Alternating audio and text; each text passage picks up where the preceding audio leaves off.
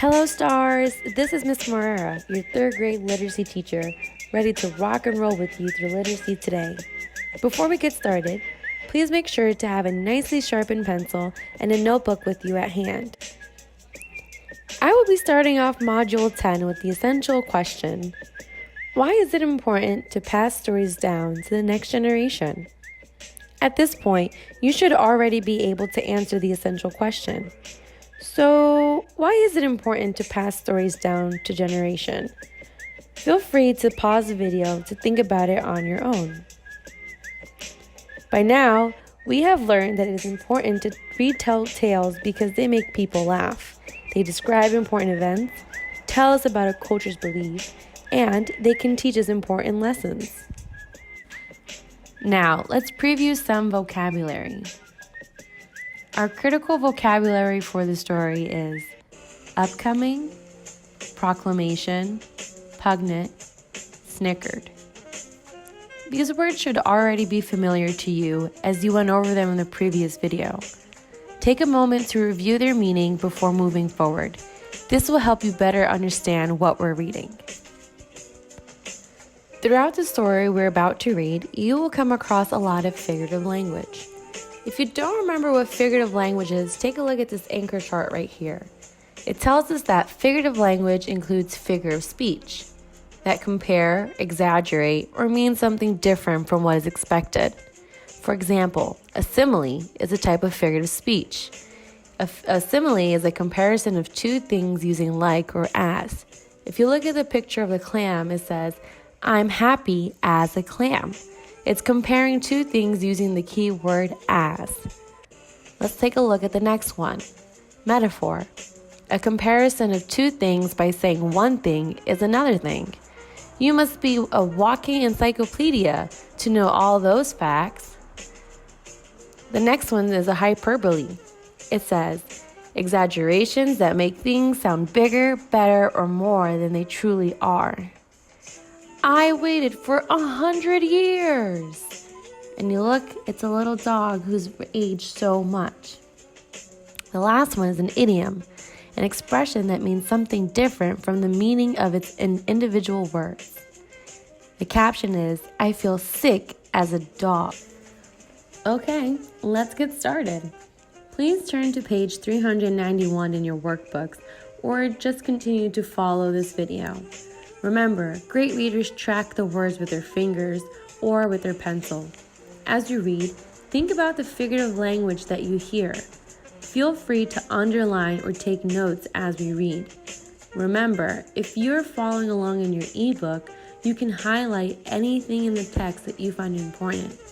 If you make a mistake, you can always delete it. Are you ready? Okay, let's get started. Cinder, Owl, and the Stinky Footwear by Roger Lohr and illustrated by Chin Ko. As I'm reading the title and looking at the illustration, this reminds me of another story I grew up hearing. What story are you thinking of? That's right, I'm also thinking about the story of Cinderella. I'm looking at the title, Cinder, Owl, and it sounds like Cinderella. And Stinky Footwear reminds me how in the story of Cinderella, she had to fit into a glass slipper. I wonder if there's a correlation between this story and the story that I know. I'm also making connections with the illustration. I see something that looks like a castle in the background. I'm not sure what this vegetable is. It looks like pumpkins, but it may be something different. I'm really curious what this story is going to be about. What's your prediction? Once upon a time in the land of Stinky Hollow, there lived 3 brothers. The oldest brother, Stinky Steve, was a mighty skunk wrestler, and wrestling skunks made Steve reek. The middle brother was Odoriferous Owen. Owen owned the biggest onion farm in the land, and he grew onions the size of ostriches. Growing giant onions made Owen pretty stinky too. The third brother was Al. Al didn't stink. In fact, he loved nothing more than keeping things clean and sweetly scented. He polished the cottage floors with lemon freshy oils, and he used lavender-scented soap to wash his clothes. His favorite pastime was cleaning the fireplace. He gathered the cinders and replaced them with flower petals and scented candles. Thanks to Al, the cottage, when his brothers weren't around, smelled like a flower shop. However, Al's stinky brothers didn't appreciate a clean fireplace and fresh aromas, so they made fun of him and called him Cinder Al. Stinky Hollow was ruled by Princess P.U. Princess P.U. was an even mightier skunk wrestler than Stinky Steve, and she could pin 5 skunks at one time. She was a more fantastic farmer than odoriferous Owen. She grew 10-ton garlic in the palace garden. Because of these mighty stinky abilities, Princess P.U. was the stinkiest person in Stinky Hollow, and she had no one to dance with at the upcoming palace ball, so she issued a royal proclamation. If we look here at the highlighted words, I know that a definition will pop up right here. You can also look at this part of the text feature to help you better understand what these words are in case you forgot. Make sure that when you read, you always look at the graphic features that are in the story. Let's read this part over here. Hear ye, blah, blah, etc., etc. The stinky bachelor who can wear the stinky footwear will get to dance with Princess P.U. at the palace ball. If it all works out, the two of you might get married. But no promise. Before we move on, I want you to stop and take a look at these 2 pages. See if you can find any examples of figurative speech. Feel free to pause the video if you have to. A figure of speech that I found was in paragraph 5, where it says here, Princess P.U. was the stinkiest person in Stinky Hollow. That may be true, or that could be an exaggeration. I'm not sure if she's really the stinkiest person in the whole town. How would you find out? So I decided to highlight that in blue so I know that this is a figure of speech. The Stinky Footwear was nothing more than a pair of elegant dancing shoes. However, these shoes came with one pungent problem. They reeked. They stank. They smelled like the biggest skunk sitting in a garbage dump on the hottest day of the year and eating 4 rotten eggs. Wearing these shoes and surviving their terrible stench wouldn't be easy, even for the stinkiest bachelors in Stinky Hollow. However, the rotten reek of the Stinky Footwear didn't stop Stinky Steve. He followed his nose straight to the palace. When he placed the footwear onto his feet, his eyes watered, his stomach churned, and his nose stung. Steve couldn't stand the stench, and he raced out of the palace screaming, "I'd rather sniff 70 skunks!" Odoriferous Owen went next, and he did far worse than his smelly brother. After one whiff of the Stinky Footwear, Owen fainted. He passed out right in front of Princess P.U. No one will ever wear the Stinky Footwear, Steve and Owen argued back at home. But I haven't tried it yet, said Cinder Owl. Cinder Owl's brothers snickered. You? You'll never be able to stand the stench, Cinder Owl. That night, Cinder Owl had a visit from his fragrant fairy godmother, who was always smelling as fresh as daisies on a beautiful spring day. Remember, after you finish reading, go to the bottom of the page and reread what the vocabulary words mean. They'll give you a deeper understanding of the context of the story. At this time, I want you to go back and I want you to highlight or write down all the figurative speech that you found in these 2 pages. Here are the 2 examples of figurative speech I found in this text. The first one is, they smell like the biggest skunk sitting in a garage dump on the hottest day of the year and eating 4 rotten eggs. This was an example of a simile and a hyperbole. It's a simile because he's making a comparison of the skunk and rotten eggs with using the word like. It's also a hyperbole because he's exaggerating the smell of her shoes to the smell of a skunk on a really hot day on top of a garbage dump and eating 4 rotten eggs. The second example I highlighted is, who always smelled as fresh as daisies on a beautiful spring day.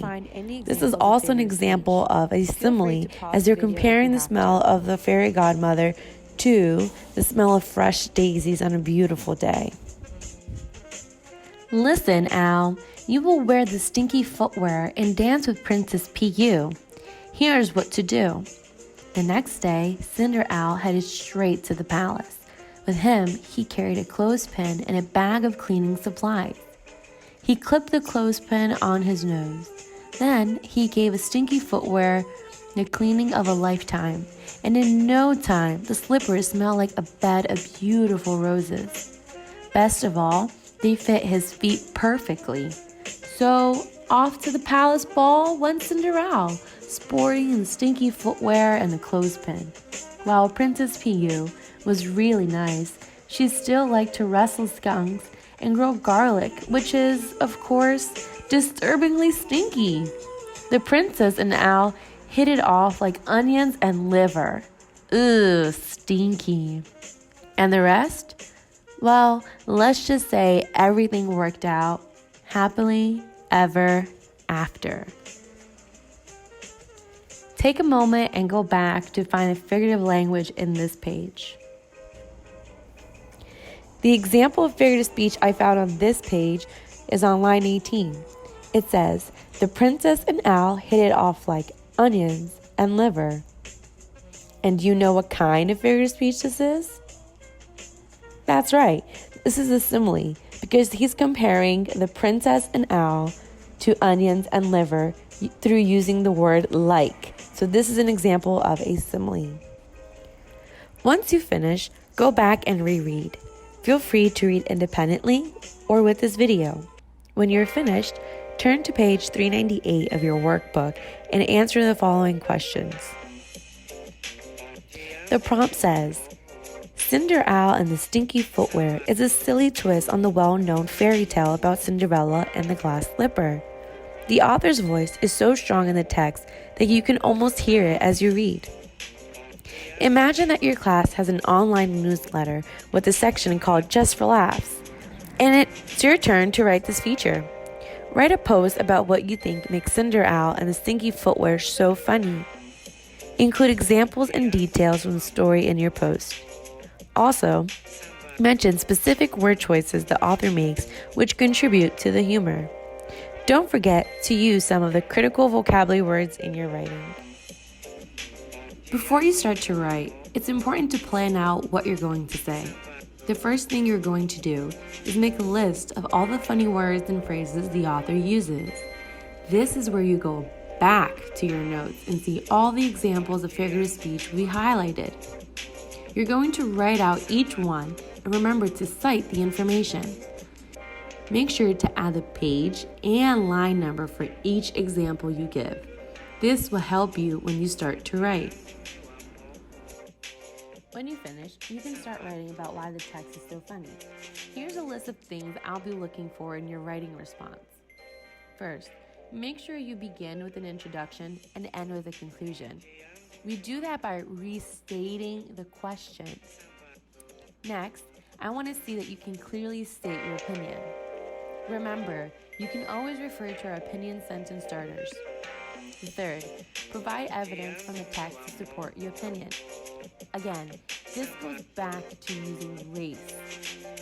And lastly, use linking words such as because, since, and for example to connect your opinion and the reason to support it. Remember, great writers use transition words to help with the flow of their writing. All right, I can't wait to read all of your responses. When you're finished, make sure you reread it for any grammatical mistakes. When you're done, read it to someone in your family. Share with them what you've learned in the story of Cinder Owl.